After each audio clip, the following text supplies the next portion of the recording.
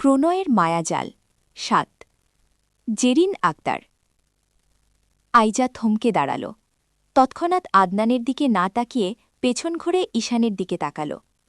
আদনান ঈশানকে দেখে একটু ঘাবড়ে গেল।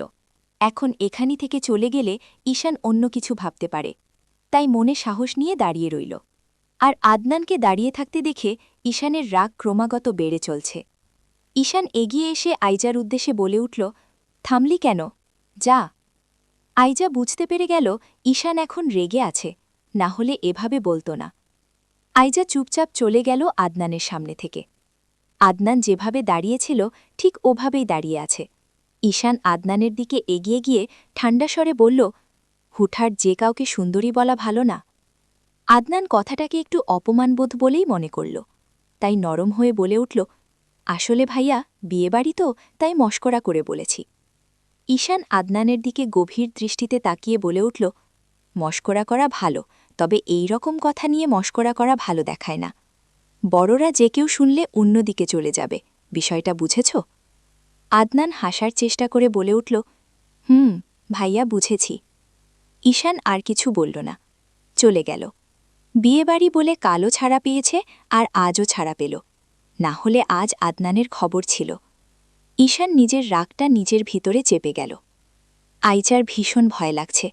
তখন আদনান যে কথাটা বলেছে সেইটা শুনে ঈশান অবশ্যই রাগ করে আছে, আর রাগের মাথায় ঈশান কি করে বসে তা সে নিজেও জানে না। আইজা স্টেজের এক কোণে দাঁড়িয়ে আছে। সবাই সাদমান আর ফাইজাকে নিয়ে ব্যস্ত, আর আইজা আলাদা হয়ে এদিক সেদিক তাকিয়ে ঈশানকে খুঁজে যাচ্ছে। এই মুহূর্তে ঈশানের মুখটা না দেখা পর্যন্ত আইজার ব্যাকুল মন শান্ত হবে না। ঈশান দূর থেকে আইজাকে দেখছে, বেশ চিন্তিত লাগছে। অবশ্য ঈশান জানে আইজা কী নিয়ে চিন্তায় আছে। কিছুক্ষণ পরে ঈশান আইজার সামনে এলো, তবে একা নয়, সাথে ঈশিতা। আইজার যেমন রাগ উঠছে তেমনই খারাপ লাগছে। এই নিয়ে আইজা অনেকবার তার ঈশান ভাইয়াকে বুঝিয়েছে ঈশিতার সামনে না যেতে, কিন্তু তার শান ভাইয়া বুঝেও বুঝেনি। আইজা ঈশানের দিকে তাকিয়ে মনে মনে বলে উঠল, শান ভাইয়া, তুমি কি বোঝো না আমি কেন ঈশিতাকে তোমার পাশে সহ্য করতে পারি না? তুমি কি একটুর জন্যেও টের পাও না? তুমি যেমন আমার পাশে সাদত ভাইয়াকে সহ্য করতে পারো না, অন্য কোনো ছেলেকে সহ্য করতে পারো না, ঠিক তেমনি আমি তোমার পাশে ঈশিতাকে সহ্য করতে পারি না। ঈশিতাকে যেন সহ্য হচ্ছে না আইজার, তাই ওইখানে থেকে সরে গিয়ে তার বাবার কাছে গেল। নওশাদ চৌধুরী মেয়েকে বললেন, তোমার আপুর কাছ থেকে চলে এলে যে? বাবা ওইখানে সবার এত হইচই মাথাটা ধরে গিয়েছে। ও বাবা, তোমরা কখন চলে যাবে? এই এখনই চলে যাব। তবে একটা সমস্যা হয়ে গিয়েছে। আসাদ সাহেব সাদমান আর ফাইজাকে আজ আমাদের সাথে পাঠাবে না, 2 দিন পরে পাঠাতে চায়। কিন্তু কেন বাবা? কালকে সাদমানের মায়ের মৃত্যুবার্ষিকী, তাই আসাদ সাহেব 2 দিন পরেই ওদের পাঠাবে। ও আচ্ছা, তাহলে 2 দিন পরেই যাক, তাই ভালো হবে। তুমি তোমার আপুকে বলে এসো, আমরা এখন রওনা হব। বাবা বলে আসছি। আইজা আবারও স্টেজের দিকে এলো, কিন্তু সবাই ততক্ষণে বাড়ির ভিতরে চলে গিয়েছে। আইজা বাড়ির ভিতরে ঢুকে ফাইজার কাছে এলো। ফাইজা আর সাদমান তখন একসাথেই বসা ছিল। আইজা দুজনের সাথে কিছু কথা বলে চলে গেল বাড়ির বাহিরে। 15 মিনিটের বেশি হলো আইজা গাড়িতে একা একা বসে আছে। গাড়ির জানালার গ্লাস নামিয়ে বাহিরের দিকে তাকিয়ে আছে। কেউ এখনও বেরোই হচ্ছে না বাড়িতে থেকে। আইজা মনে মনে বলে উঠল, সেই কখন থেকে বসে আছি, সবাই বলল যে এখনই চলে যাবে, আর এখনও কারো আসার নামই নেই। আল্লাহ জানে এরা কি করছে। এমন সময় আদনান এসে দাঁড়ালো আইজার সামনে। আইজা তাকিয়ে রইল আদনানের দিকে।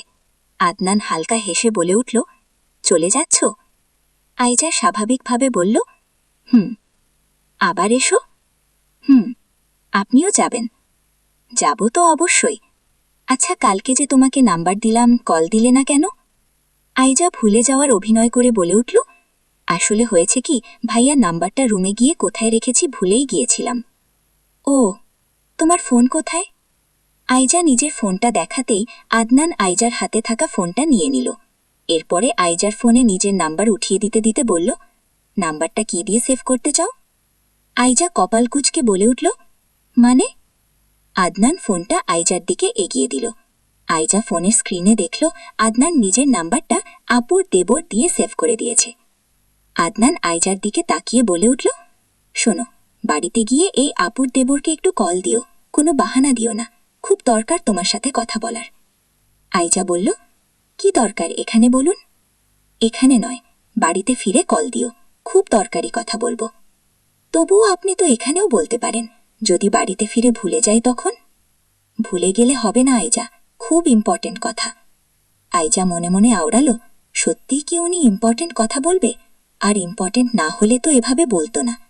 আইজা আর কোনো কিছু ভাবল না, আদনানের কথায় সম্মতি জানিয়ে বলে উঠল, ঠিক আছে, কল করব। আইজার উত্তর শুনে আদনান খুশি হল।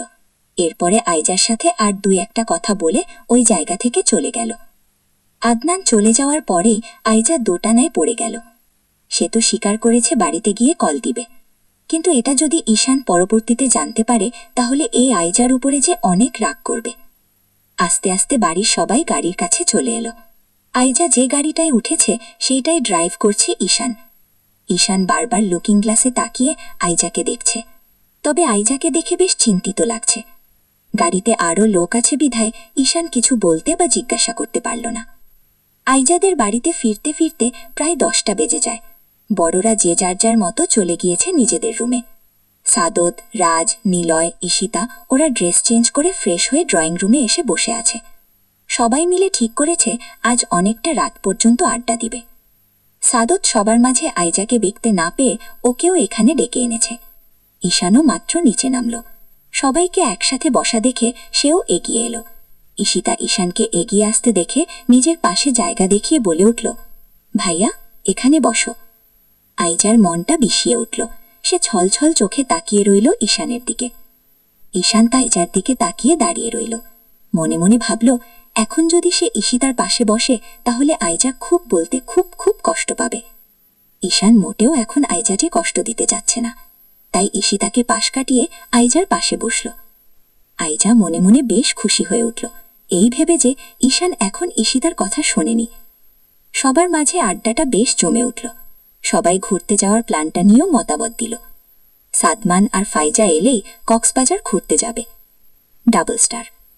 রাত এখন প্রায় 11টা। আদনানের ঘুম আসছে না। আইজার কলের অপেক্ষায় আছে। এটাও বুঝতে পারছে আইজা বেশি সম্ভব নিজ ইচ্ছায় কল দিবে না। আদনান ঠিক করল সে নিজেই কল দিবে। আদনান আইজার ফোনে নাম্বার সেভ করার সময় ইচ্ছে করে নিজের নাম্বারে একটা মিস কল দিয়ে রেখেছিল, তাই আইজার নাম্বারটা আদনানের ফোনে আছে। আদনান সেই নাম্বারে কল দিল। এদিকে আইজা ঈশানের পাশে বসে আছে। এই সময় আদনান কল দিয়েছে। ঈশান কিছু বুঝে ওঠার আগেই আইজার সাথে সাথে নিজের ফোনটা সাইলেন্ট করে উঠে দাঁড়ালো। রাজ আইজার দিকে তাকিয়ে বলে উঠল, কিরে, উঠলি কেন? চলে যাচ্ছিস?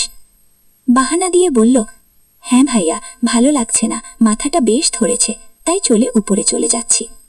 ও, যা তাহলে। আইজা চলে গেল সবার সামনে থেকে।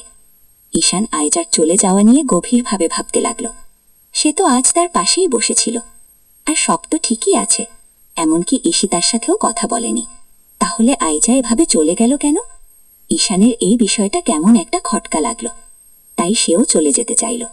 কিন্তু এখন চলে গেলে সবাই কিছু না ভাবলেও ঈশিতা অন্য কিছু ভাববে, তাই ঠিক করল আর 5 মিনিট বসে থেকে চলে যাবে।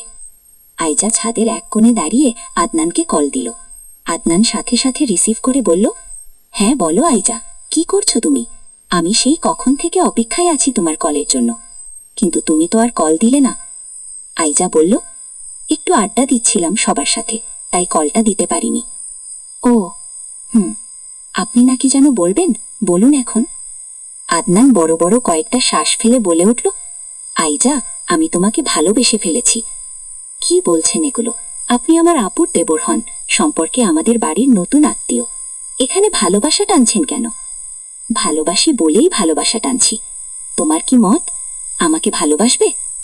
ভালোবাসা শব্দটা শুনে আইজার মাথায় এলো ঈশানের নাম। এই মুহূর্তে ঈশানকে ছাড়া কিছু মাথায় আসছে না। আইজার সাথে সাথে বলে উঠল, না, আমি ভালোবাসতে পারবো না। কেন পারবে না? আমি তোমাকে ভালোবাসি, অনেক আগে থেকেই ভালোবাসি। অনেক আগে মানে? তোমার আপু আর আমার ভাইয়ার অনেক বছরের রিলেশন। এর সুবাদে আমি তোমাকে অনেক আগেই দেখেছি, তোমাকে ভালোবেসেছি। আইজা আদনানের কথার উত্তরে কিছু বলতে নিবে এমন সময় ঈশান এসে ছোঁ মেরে আইজার হাত থেকে ফোনটা নিয়ে নিল। আইজা ঈশানকে দেখে তবদা খেয়ে গেল। ঈশান নাম্বারটা দেখতে ফোনের স্ক্রিনে দেখল আপুর দেবর নামে একটা নাম্বার। যা দেখা মাত্রই ঈশান রেগে গেল, সঙ্গে সঙ্গে কল লাউডে দিল। ওপাশ থেকে আদনান বলছে, আইজা তুমি কিছু বলো, ভালোবাসবে আমায়? আইজা কিছু বলছো না যে? আইজা শোনো। ঈশানের সারা শরীর রাগে হির হির করতে লাগলো। সে আদনানের থেকে জাস্ট আর একটা কথাও শুনল না। চোখ মুখ শক্ত করে নিয়ে ফোনটা ছাদ থেকে নিচে ফেলে দিল। এরপরে অগ্নি চোখে তাকালো আইজার দিকে। গল্পটি যদি ভালো লাগে অবশ্যই লাইক শেয়ার সাবস্ক্রাইব করে আমার পাশে থাকার অনুরোধ থাকলো।